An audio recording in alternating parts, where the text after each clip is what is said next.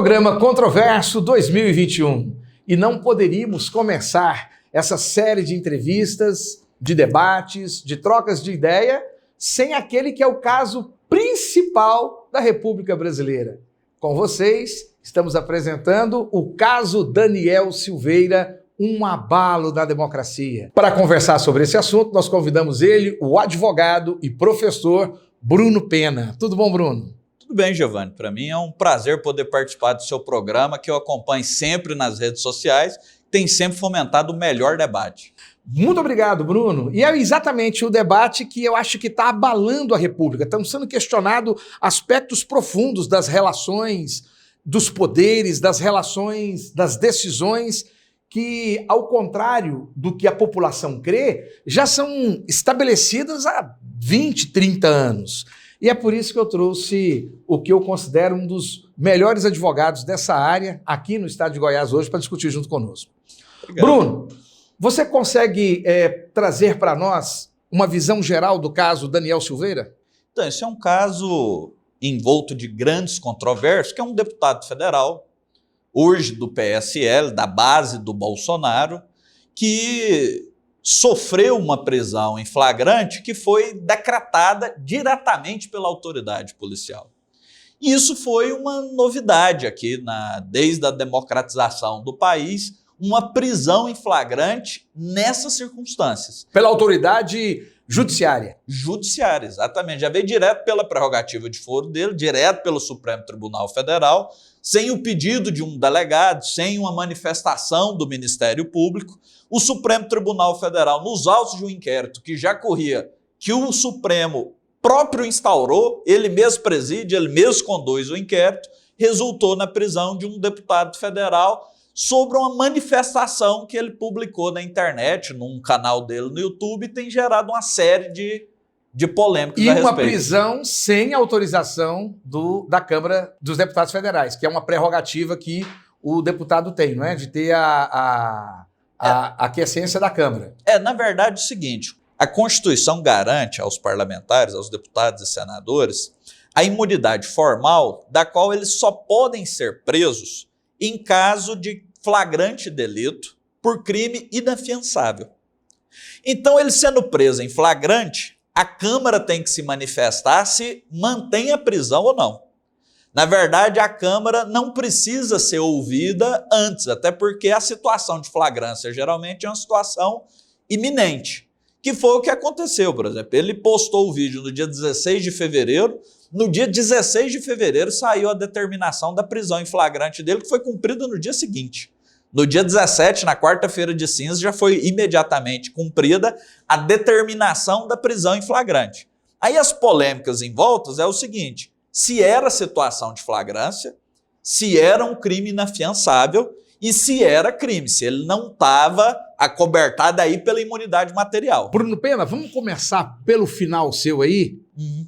Quais são os delitos que ele foi acusado e, na sua opinião pessoal, se eram realmente crimes? Se a conduta que ele cometeu é tipificada?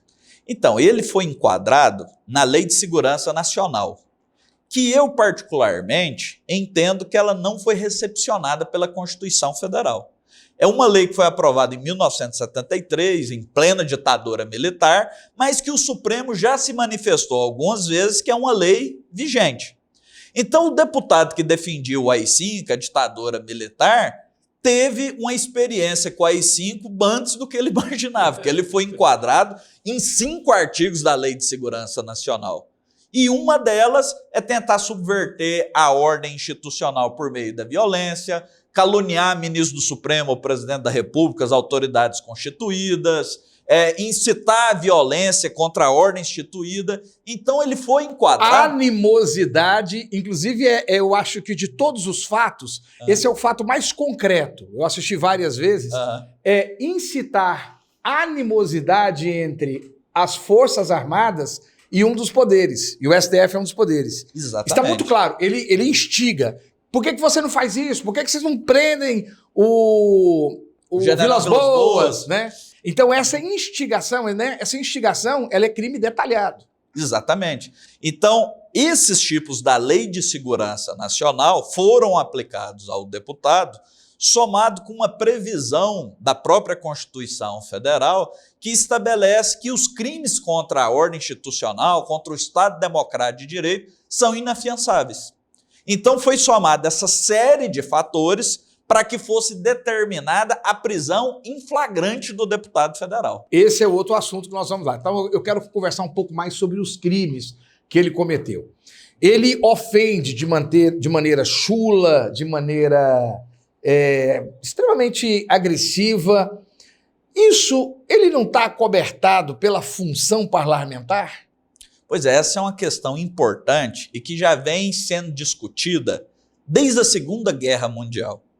Teve um filósofo, o Karl Popper, ele estabeleceu um paradoxo da tolerância, onde ele definiu o seguinte, que a tolerância, se ela cair no erro de tolerar a intolerância, ela está fadada à sua própria extinção. Então, os instrumentos do Estado Democrático de Direito, como a inviolabilidade parlamentar, a imunidade parlamentar, elas são instrumentos da defesa da democracia e não podem ser utilizados como subterfúgio para ataque à democracia. Então, o limite da imunidade do deputado é justamente o Estado Democrático de Direito. A partir do momento que ele utiliza a imunidade para atentar contra a própria democracia, ele perde essa prerrogativa. Tem algumas pessoas que estão nas redes questionando o seguinte: ora, o povo do Rio de Janeiro votou na pessoa do Daniel, porque o Daniel Silveira, ele é uma pessoa conhecidíssima, né? Ele é uma pessoa conhecidíssima. Da Polícia Militar, então, ele mesmo declara que são 90 inquéritos, 60 prisões, né? É uma pessoa que, de acordo com o que nós levantamos, até o doutor Bruno também nos trouxe isso, ele teve uma dificuldade para entrar na Polícia Militar. Então, mas tudo isso nunca foi desconhecido do povo do Rio de Janeiro, não é isso? E eles votaram exatamente porque ele tinha esse discurso quando ele está do lado de fora. E por que então ele estaria sendo apenado agora por um discurso que já era conhecido? Doutor Bruno, a minha pergunta é a seguinte: mas uma vez eleito, ele é eleito para representar aquele povo, mas dentro do parlamento democrático. E ao juramento de proteger a estrutura republicana e a democracia. O senhor pode falar um pouco sobre isso, fazendo paralelo? Exatamente, sim. Uma pessoa, quando ela se dispõe a representar a população dentro do parlamento, que é um instrumento, é uma instituição democrática, ele entra para fazer essa representação dentro dos limites da Constituição. Há uma insatisfação que a gente consegue perceber em relação ao STF, que ele tem agido de forma a atropelar as normas. E isso tanto vai para aqueles que estão no campo progressista, que é a chamada esquerda, quanto aqueles que estão no campo conservador. A reclamação de todos os lados.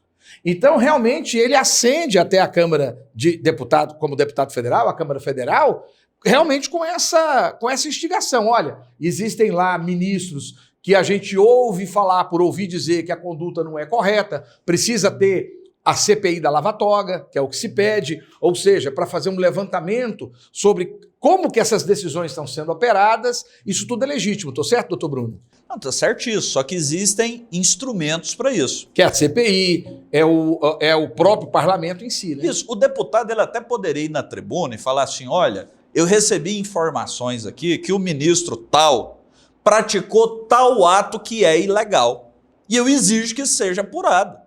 Sem problema algum, o ministro ele não está imune a apurações.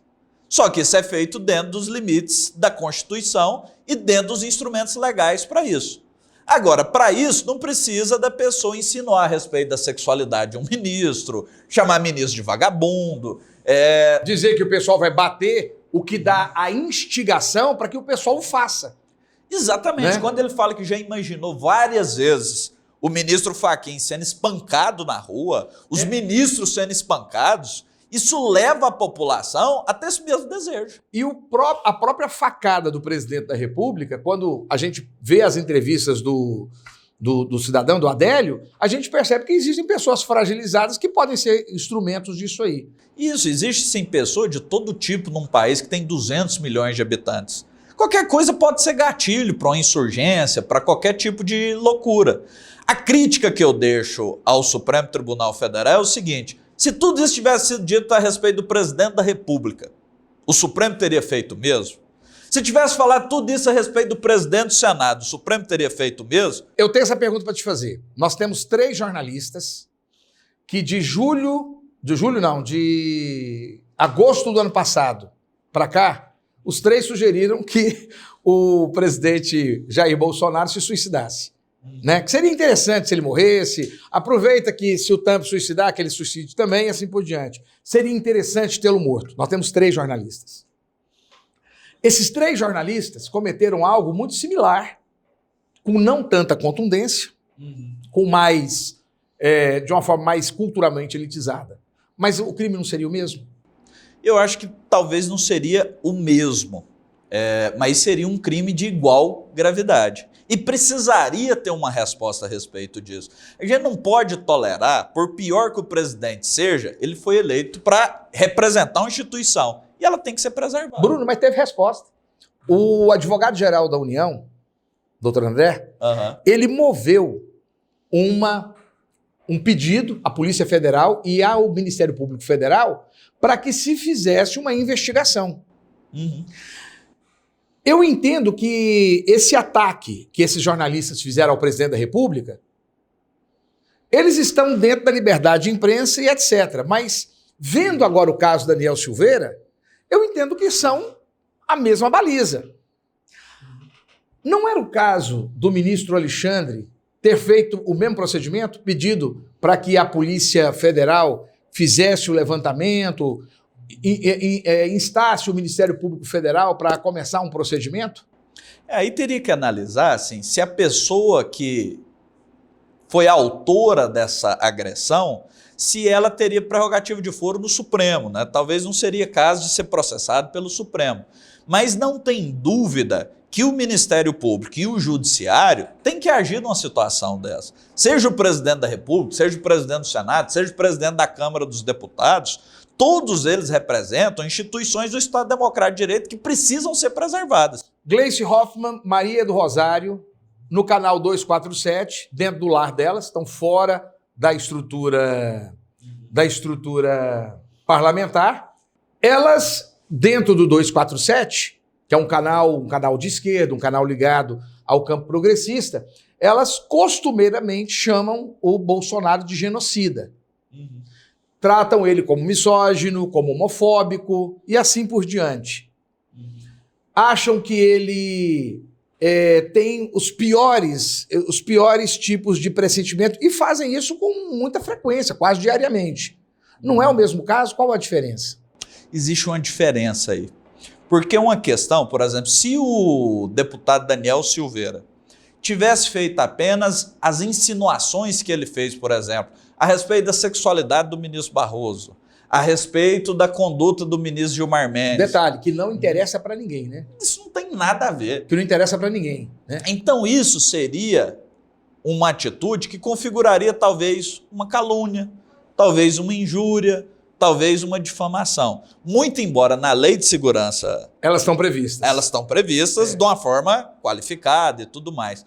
Só que isso não é atentatório, por mais que seja assim de mau gosto, contra o Estado Democrático de Direito. Doutor Bruno, então chamar o presidente Bolsonaro, Jair Bolsonaro de genocida, não é atentatório. Ao Estado Democrático de Direito, não. Mas a autoridade do presidente da República, mas chamar sim. os ministros do STF de safados, de bandidos, seria? Não, eu também acho que não. O que é atentatório ao Estado Democrático de Direito é a pessoa defender que deveria destituir os 11 ministros do Supremo Tribunal Federal. Eu peço ao telespectador que preste atenção nessa parte, porque é esse o recorte que a gente quer dar. É a destituição dos 11 ministros do Supremo Tribunal Federal, a prisão dos 11 ministros do Supremo Tribunal Federal, para o atual presidente da República nomear outros 11 ministros do Supremo Tribunal Federal. O que seria uma interferência do Poder Executivo no Judiciário, né? Sem dúvida. Porque isso acontece só em ditaduras. Sem dúvida, porque aí o presidente teria a oportunidade... É um rompimento da democracia. Sem dúvida, sem dúvida. Haveria, sim, uma reforma geral e total de todo um poder da República. E foi exatamente o que aconteceu, e o deputado, inclusive, menciona isso quando teve o AI-5. Teve ministro do Supremo Tribunal Federal que foi cassado, foi destituído por um ato do presidente da República, o que é inaceitável. Bruno Pena, por que existem uma série de deputados com crimes de droga, com crimes de homicídio, inclusive de forma venal, né?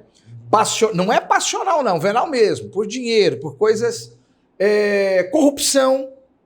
E essas pessoas estão passando por uma série de processos que nem foi instaurado ainda, e o deputado Daniel Silveira está no 3º dia de prisão hoje. Mas o senhor vai responder isso para mim no próximo bloco. Você permanece conosco, você está no lugar certo.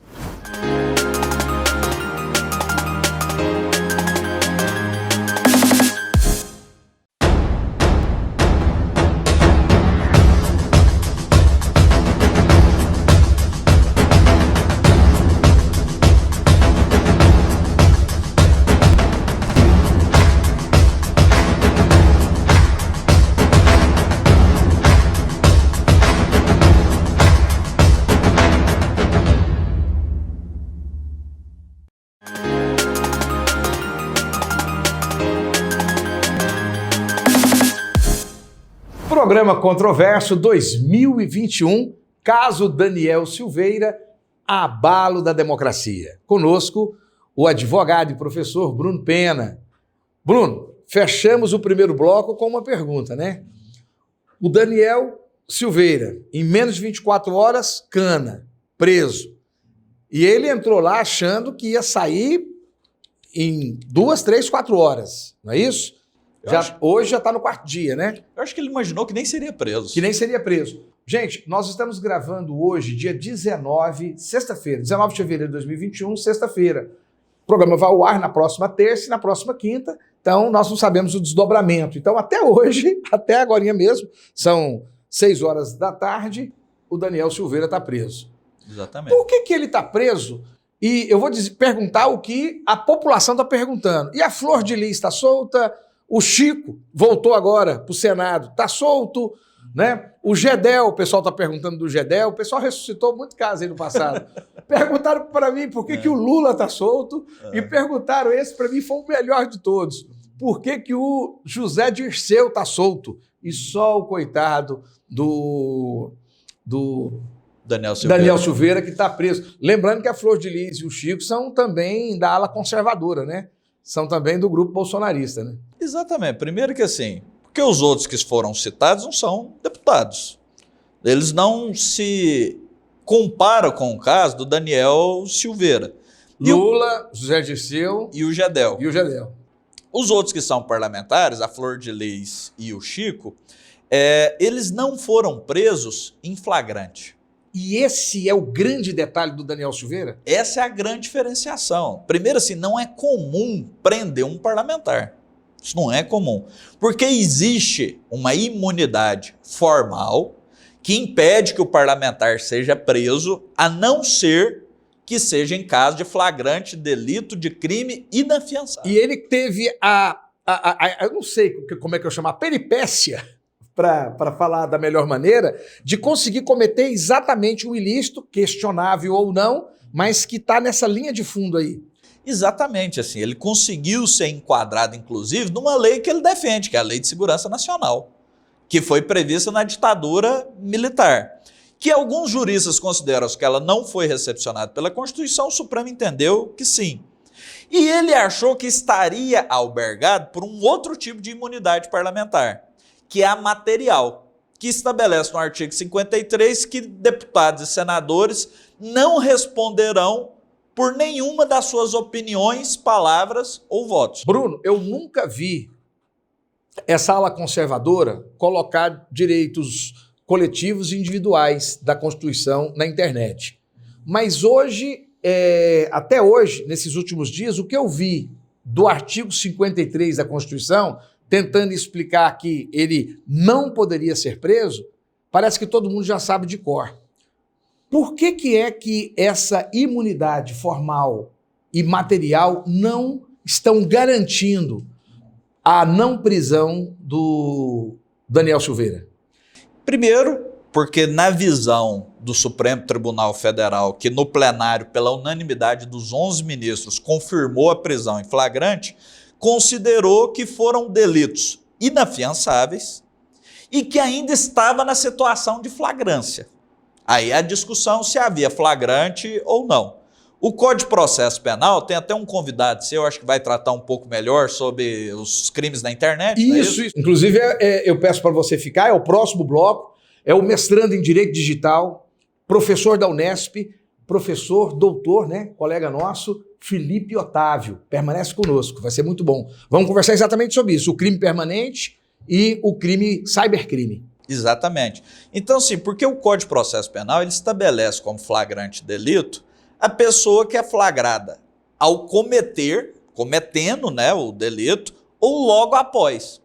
Esse logo após é a discussão se é crime permanente, se é instantâneo com efeitos permanentes e tudo mais que tem dividido juristas a respeito dessa situação.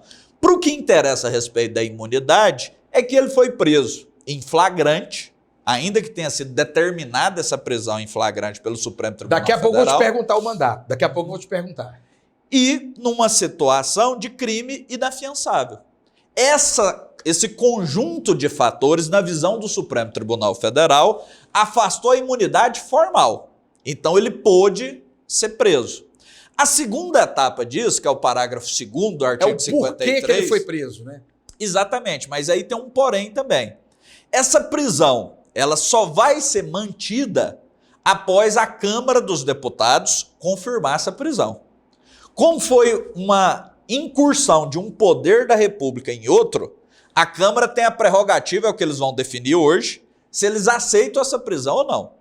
Se a maioria da Câmara entender que essa prisão não é pertinente, o Supremo tem que liberar o Daniel, o deputado, imediatamente. Aí a Câmara pode tomar medida contra ele ou não, como, por exemplo, cassar o mandato dele por quebra de decoro parlamentar. Inclusive, o presidente do partido dele, o presidente nacional, o deputado Bivar, tem defendido que o deputado não pode ficar impune, o partido dele. Aí é uma discussão que a Câmara vai fazer posteriormente. Mas parece que o novo presidente da Câmara, o Lira, ele já mandou instaurar o processo ético disciplinar, não já? Eu não sei dizer. Ele fez o encaminhamento. Inclusive, o presidente da comissão já declarou que recebeu. O que eu vi hoje na imprensa é que me parece que a deputada Magda Mofato, daqui do estado de Goiás, é a relatora do pedido se mantém a prisão dele ou não na Câmara dos Deputados.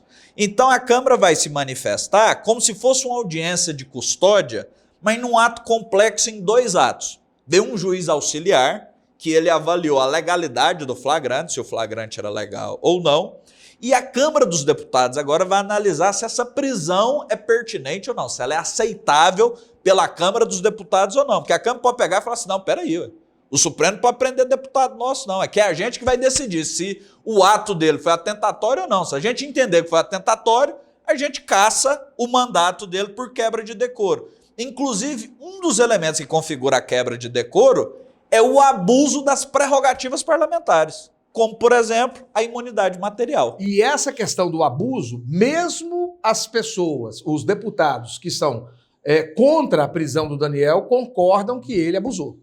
Nós temos visto várias declarações nesse respeito. Vários. Inclusive, assim, é uma incógnita hoje se a Câmara dos Deputados vai manter a prisão dele ou não. Pode ser que mantenha a prisão. Doutor Bruno está falando hoje, é porque nós estamos gravando, já disse isso no primeiro bloco, estou falando agora no segundo. Hoje é dia 19 de fevereiro, vai ao ar na próxima terça, na próxima quinta, nós já vamos ter a resposta disso aí. Exatamente. Que aí entra em uma outra perspectiva de análise, que é da imunidade material. Que a Constituição estabelece que os parlamentares não responderão por quaisquer das suas palavras, opiniões ou votos, seja civil ou penalmente. Então o pessoal está questionando e falou assim, mas se ele não responde pela manifestação dele, não é uma manifestação dele, ele não é imune, ele não pode responder por isso. Aí a discussão é os limites disso. A imunidade, ela é constituída justamente para defender a democracia e não para ser utilizada como instrumento de ataque a própria democracia, que é o que o deputado utilizou. Para evitar, inclusive, os excessos da prerrogativa, que são questionáveis dentro da comissão de ética do próprio parlamento.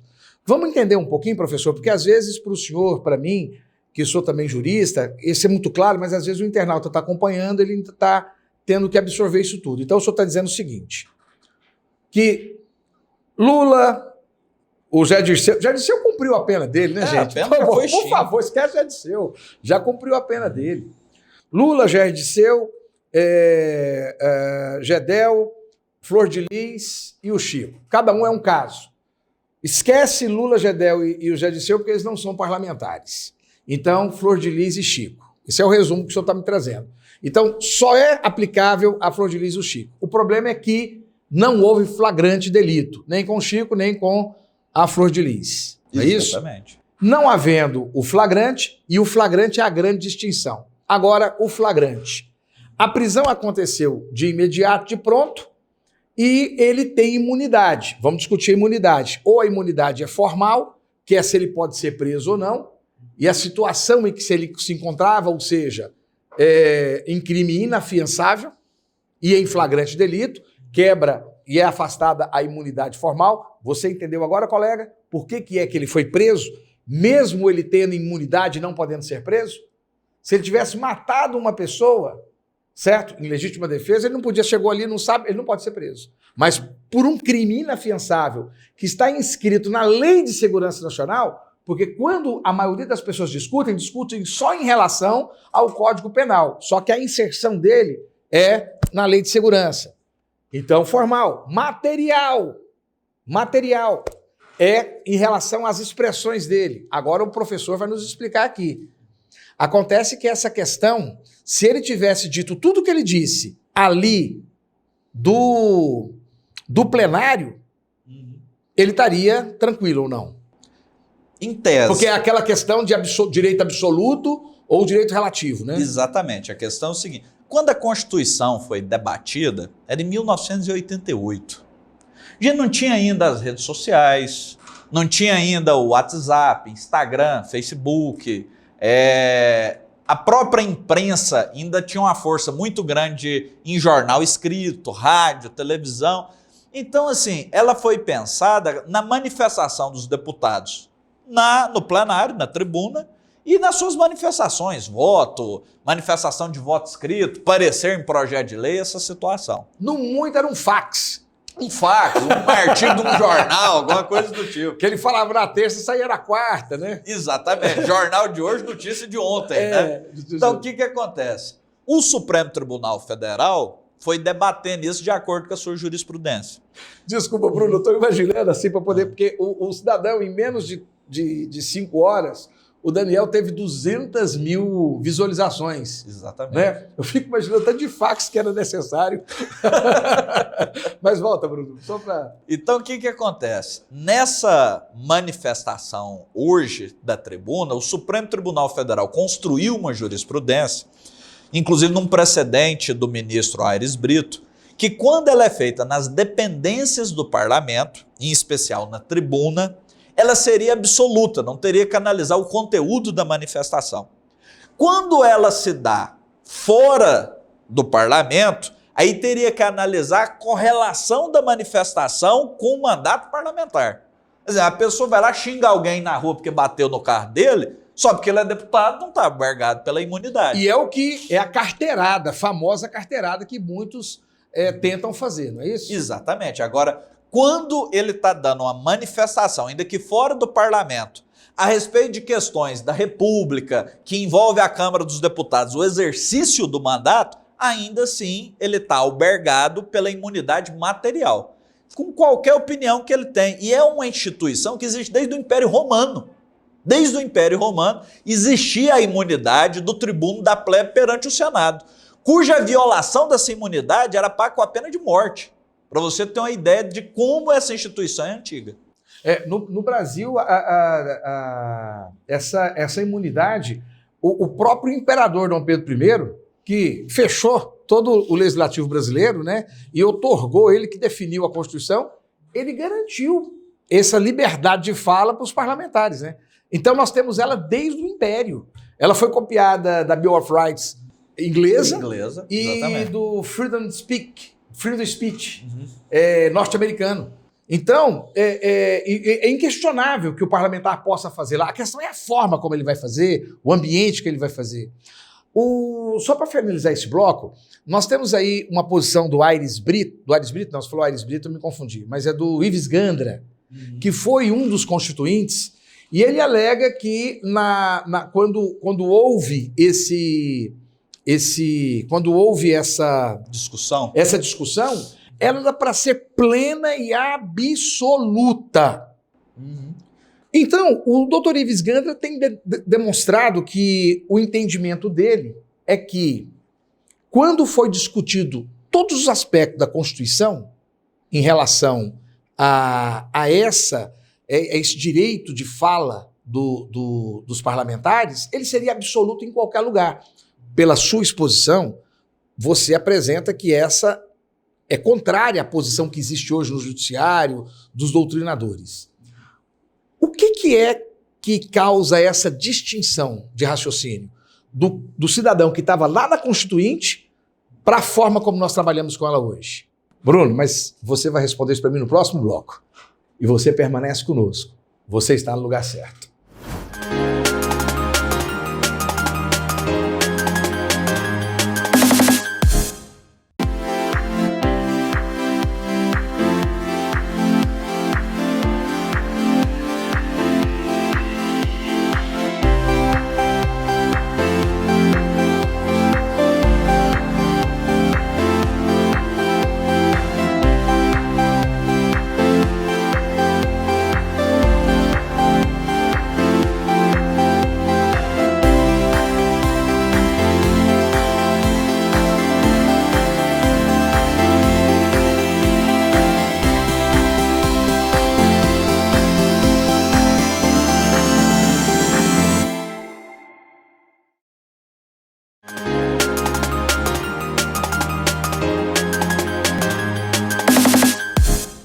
De volta ao programa Controverso 2021 e estamos aqui discutindo o caso Daniel Silveira, um abalo na democracia, com o doutor Bruno Pena. Bruno, eu deixei aqui uma pergunta, né, sobre uma figura central da elaboração da Constituição de 88, que foi o doutor Ives Gandra, respeitadíssimo por todos nós, que entende que essa imunidade, quando ela foi elaborada, é para ser absoluta e que a interpretação tem que ser absoluta. E você nos ensinou aqui, nos trouxe, que o pensamento, né, a jurisprudência brasileira e a própria estrutura de organização dessa imunidade, ela é relativa, ela é questionável. Aonde que está o fosso disso aí? Por que dessa diferença? Até porque a questão é o seguinte, na minha opinião, todo direito que é colocado como absoluto, ele corre o risco de se transbordar em abuso. Essa é a primeira questão. Tanto é que o próprio Karl Popper, que eu já citei anteriormente, Norberto Bobbio, que é um jurista italiano respeitadíssimo, coloca que os instrumentos democráticos servem para preservar a democracia. E não o contrário, não para utilizar como instrumento de ataque à democracia. É a questão da liberdade de armas, por exemplo, né? O americano ele tem o uso de arma porque era uma questão da autodefesa e uma forma de manter-se a paz. Mas isso ali nos idos de quando aquela realidade aconteceu. Ela é uma coisa que, apesar que existe na sociedade americana, que é um povo bélico, mas é um povo que se acostumou com as armas. Um pouco diferente aqui da aplicação para a nossa realidade, né? Exatamente. E a questão que eu coloco é o seguinte, a realidade econômica, política, mundial de 88 é completamente diferente de agora. Eu sou um fervoroso defensor da imunidade material dos parlamentares, advogo para vários parlamentares, já defendi a imunidade material no Supremo Tribunal Federal em reclamação constitucional, em ADPF, em habeas corpus, de todo tipo já fui defensor da imunidade material. Só que a gente não pode estabelecer um terreno sem lei, sem limite. Bruno, essas pessoas que você já defendeu no passado, elas estavam sendo questionadas porque fizeram uso, a acusação é que o uso indevido da fala? Exatamente, sim. Foram casos de ações penais por manifestação de parlamentares, em que eu defendi a tipicidade dessa manifestação, feitas no ambiente do parlamento, algumas fora do ambiente do parlamento, a respeito da imunidade material. Algum deles foi preso? Nenhum deles foi preso. Mas o povo continua questionando para nós aqui por que ele não foi preso. Exa- Qual a grande diferença desse caso para poder gerar esse flagrante delito do caso do Daniel Silveira? E a questão é o seguinte, uma coisa é um deputado fazer uma crítica ácida, exasperar, ser até grosseiro e deselegante na sua manifestação. Outra coisa é um deputado incitar a população contra uma instituição democrática. É uma situação completamente diferente, que não há precedentes da forma como foi feito. Já teve próximo. Por exemplo, o deputado Eduardo Bolsonaro disse que para fechar o Supremo Tribunal Federal não precisava nem de um jipe. Bastava um cabo e um soldado, ia lá e fechava. E não foi feito nada a respeito disso, pelo menos que eu tenha conhecimento. Agora, a questão, hoje a gente vive numa realidade que uma informação circula o mundo em questão de segundos, em que fake news são elaborados por robô na internet a todo momento. E a gente não pode estar num clima, num sentimento de que a internet é um terreno sem lei. Uma terra sem lei onde qualquer um faz o que quer e nada acontece. Então é claro que hoje um deputado pode fazer um pronunciamento na tribuna da Câmara dos Deputados e depois fazer uma live fora da Câmara para repercutir o que ele falou lá dentro. Isso é normal, isso é uma extensão do mandato dele, tudo bem. Agora, ele não pode utilizar isso para incitar a população contra uma instituição democrática. Eu queria convidar você e o nosso internauta e o nosso telespectador para assistir a entrevista que eu fiz com o mestrando em Direito Digital, professor da Unesp, o doutor Felipe Otávio. E nós conversamos sobre exatamente esse tema, sobre os crimes no ambiente digital, o cybercrime e o crime permanente. Rola aí pra gente. Seja muito bem-vindo, professor, doutor, meu colega, mestrando em Direito Digital, especialista em Direito Digital, né? Felipe Otávio. Seja muito bem-vindo ao programa Controverso. Obrigado, uma honra estar aqui no seu programa. Quero muito ajudar o pessoal a esclarecer as dúvidas sobre o caso do deputado Daniel Silveira. Doutor Felipe, para o senhor foi uma coisa meio assustar que algo que o senhor fez, um texto que o senhor fez em 2019, ele desnuda essa situação que foi essa tese que foi abraçada pelo STF. Você percebeu de pronto essa situação? Ao pesquisar sobre como combater o cybercrime, me deparei pelo projeto-lei 5.463 de 2016, que falava justamente, é um único artigo, uma jurisprudência que existia, que falava sobre a possibilidade da incidência do cybercrime como crime permanente. Então, foi a primeira, fiz o artigo sobre, nunca achei nada sobre respeito, e eu acabei pesquisando e produzi o artigo citando essa possibilidade. Então vamos ajudar os colegas que nos acompanham, o telespectador do programa Controverso, né, na TV Capital, aqui de Goiânia, e também o internauta que nos acompanha. Então a grande questão é, o deputado Daniel Silveira, ele foi preso, foi expedido um mandado de prisão em flagrante, que também é uma anomalia, é algo diferenciado, né, no contexto nacional, e fez a prisão em flagrante porque o crime seria permanente. Nunca houve um fato como esse na história brasileira. Então eu queria primeiro que o senhor falasse sobre o crime permanente, para que o nosso internauta, nem todos são da área do direito, pudesse entender como é que funciona o crime permanente. Não foi inventado nessa decisão do STF, nesse mandado.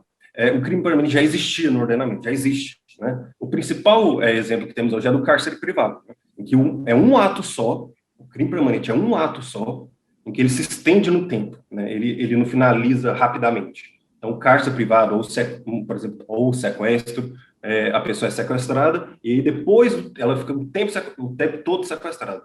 Quando cessa o sequestro, aí finaliza. Então, é um crime só, não é extensão que estende no tempo. Existem dois critérios do cybercrime, do crime permanente.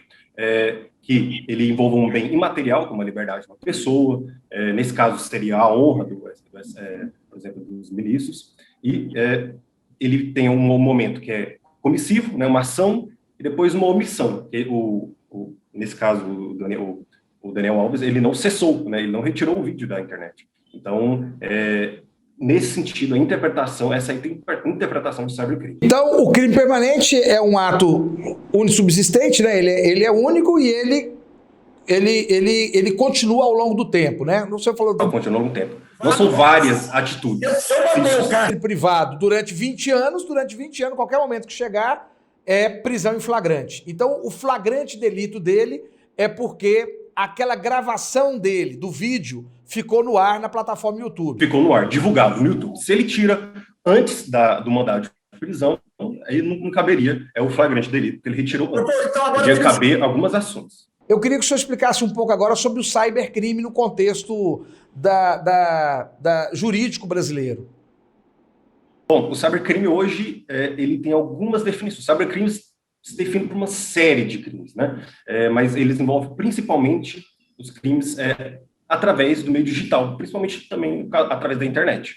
Então, envolveria os crimes de injúria, tudo através da rede. Nesse caso, temos do deputado Daniel, foi um crime contra o Estado.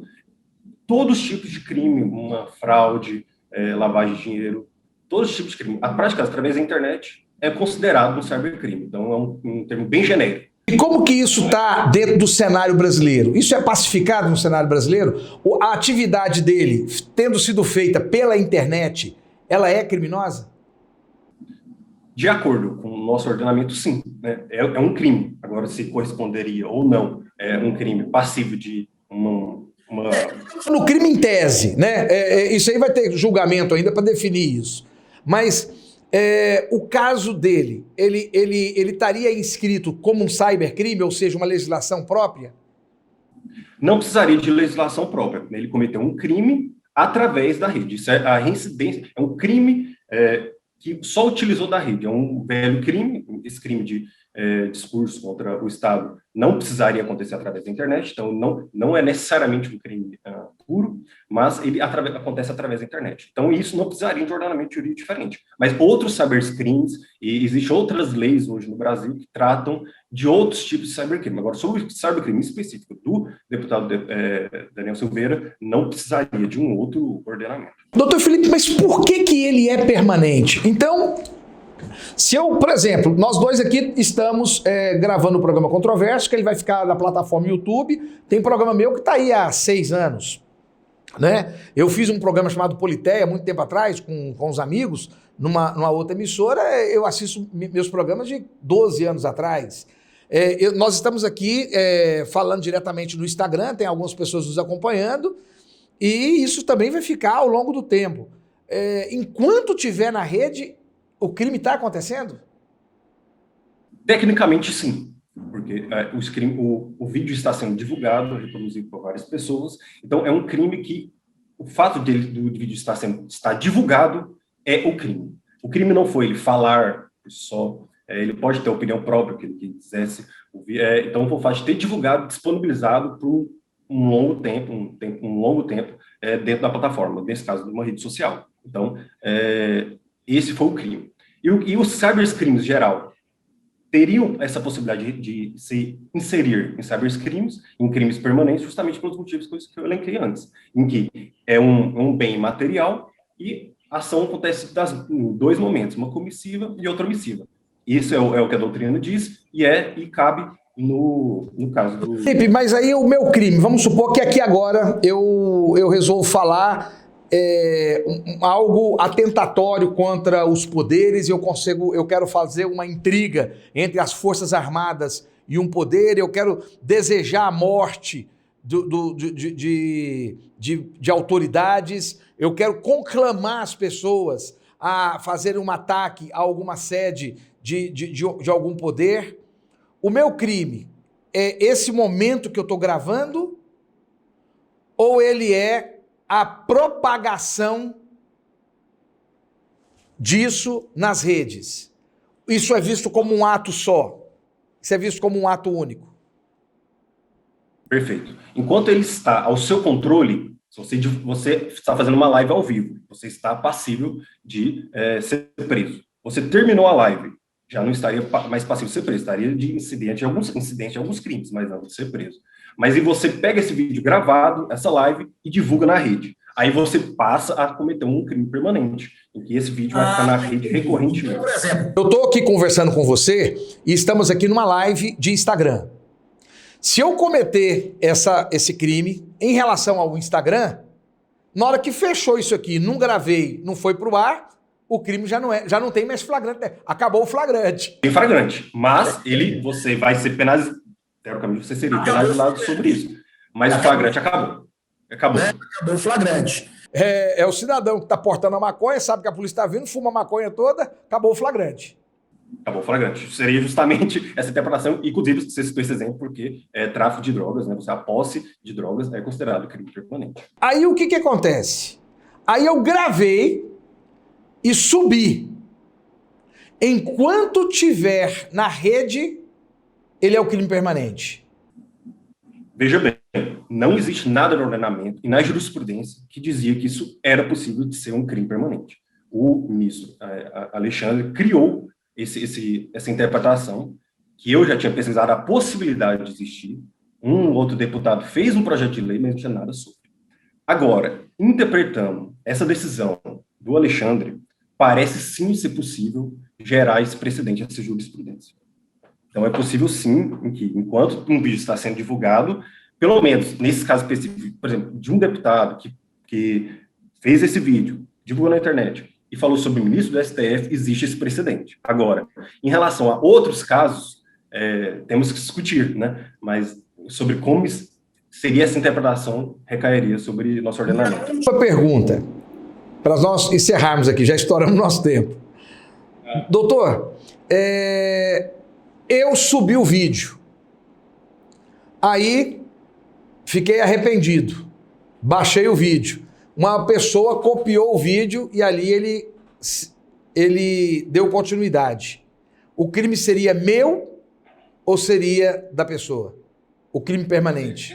Isso é uma recorrência muito comum do cybercrime, né? A reprodução de um vídeo seu. Você faz um download de um arquivo ilegal, por exemplo, incitando um direito autoral de alguém, e aí alguém pega esse arquivo seu e redivulga, né? Você só responde pelo seu crime, até onde se estende os seus atos. Os atos dos outros, né? Eles que corresponderão e responderão em relação à redivulgação deles. No momento que eu tirei, mas a pessoa que reproduziu... Você responderia só até o momento que você tirou. Uhum. Então, eu, por exemplo, aí aconteceria... Olha que fato maravilhoso da gente estudar.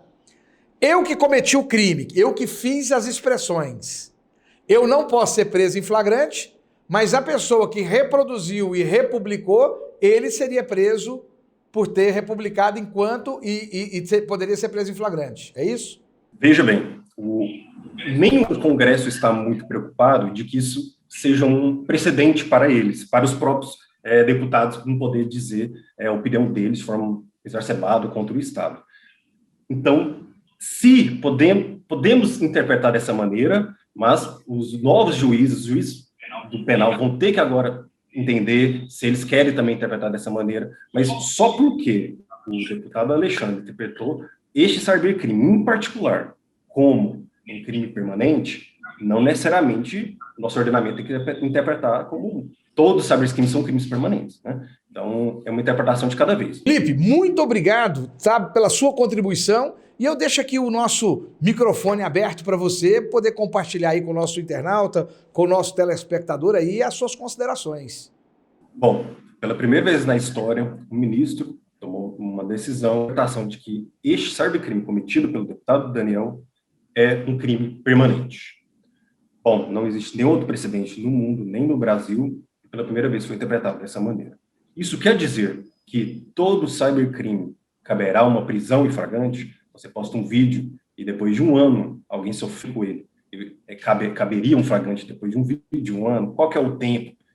É só quem praticar, o deputado Daniel Silveira, os deputados que poderiam ser presos, ainda não há a jurisprudência nesse assunto. É um assunto pioneiro e devemos nós, juristas, advogados, magistrados, tomar a decisão certa e conter a cada tipo de cybercrime, verificar a necessidade ou não deste flagrante delito. Felipe, muito obrigado, tá? E permanece aí acompanhando a gente no resto do programa. Fica com Deus, um abraço. Obrigado. Um abraço.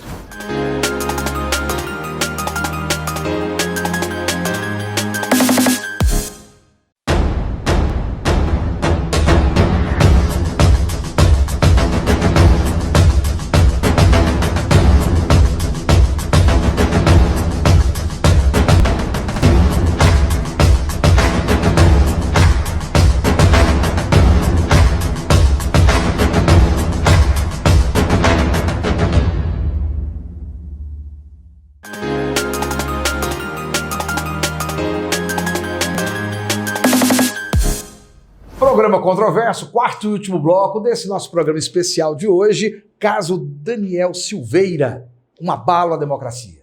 Doutor Bruno, hoje nós entendemos, então, e acho que auxiliamos bem o nosso internauta e o nosso telespectador a entender que é um tipo de cybercrime, que ele é permanente. Como é um crime permanente, então houve o flagrante mediante um mandato expedido pelo próprio Poder Judiciário, que era uma das vítimas daquele ataque, em razão de ser um crime inafiançável por ser de segurança nacional, e com isso foram afastadas as imunidades do deputado federal. Acho que esse é o grande resumo nosso. Minha pergunta é a seguinte: esse caso é um caso único na democracia brasileira e eu tenho certeza que me parece, talvez no cenário mundial, deve ser um dos raros casos, não é isso? Com isso, nós temos ali uma certa necessidade de organizarmos a nossa democracia, a nossa república. Como é que o senhor vê que o Brasil vai sair disso? Lembrando que quando esse programa for ao ar, já provavelmente vai estar solucionado. Então nós vamos estar fazendo aqui um jogo de ideia futura. O que o senhor acha que o nosso telespectador, quando estiver assistindo, vai ter de realidade na terça e na quinta-feira que vem? No Brasil de hoje, é impossível saber, infelizmente. Porque a crítica que eu faço ao Supremo Tribunal Federal e a crítica que é necessária de ser feita, que pode ser feita por qualquer um, é que a gente não tem parâmetro. E aí que eu acho que o Supremo Tribunal errou.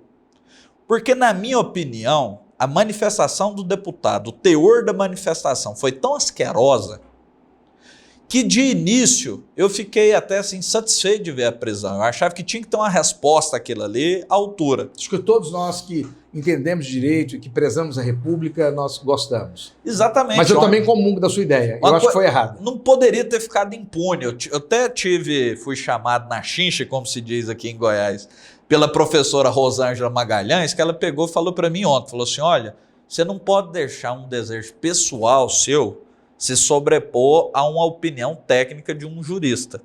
E eu acho que ela tem razão. E por que eu acho que o Supremo errou? Porque ele tirou o parâmetro entre os poderes. E a provocação que eu faço é a seguinte: se a mesma situação tivesse acontecido com o presidente do Senado Federal, ele ia ter como chamar a Polícia Federal e falar assim, prende? Não ia. O que o presidente do Senado ia ter que fazer? Ia ter que fazer uma representação para o Procurador-Geral da República. Por que não prendeu Eduardo Bolsonaro? Exatamente. É só isso. Não vamos Por que não prendeu Eduardo Bolsonaro? Por que não prendeu o Jair Bolsonaro quando era deputado? Tanto de atrocidade que ele já disse a respeito, já defendeu tortura, já defendeu morte, já defendeu fuzilamento, já falou todo tipo de bobagem. E a questão é o seguinte, mas a provocação que eu faço é o seguinte: se fosse o presidente do Senado, ele ia poder chamar a Polícia Federal e mandar prender em flagrante? Porque, em regra, o flagrante, qualquer civil pode prender em flagrante e apresentar a autoridade policial. O Supremo tomou a iniciativa de dar uma ordem, por isso que foi expedido um mandato à Polícia Federal para ele aprender. Se fosse o presidente da República, ele poderia pegar a Polícia Federal e lá mandar prender? Então aí que eu acho que o Supremo excedeu-se.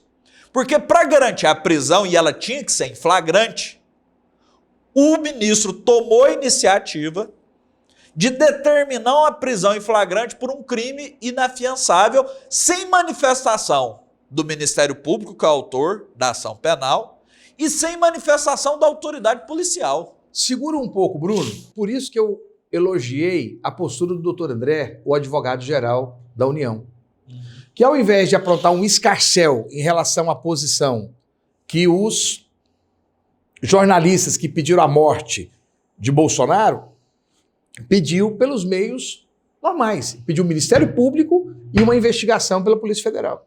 E a pergunta que eu faço é o seguinte: se um deputado tivesse feito as mesmas declarações a respeito da sexualidade do presidente da República, a respeito da idoneidade do presidente da República, ou do presidente da Câmara dos Deputados, ou do presidente do Senado, o Supremo teria feito o mesmo? Meu irmão, os deputados fazem, dentro das suas lives, frequentemente a ilação de que o presidente e a sua família são envolvidos com a milícia carioca. Isso é uma imputação de crime. Então, mas de aí... que eles fazem parte, são envolvidos. Eu não estou aqui fazendo defesa de Bolsonaro, não, nem da família Bolsonaro.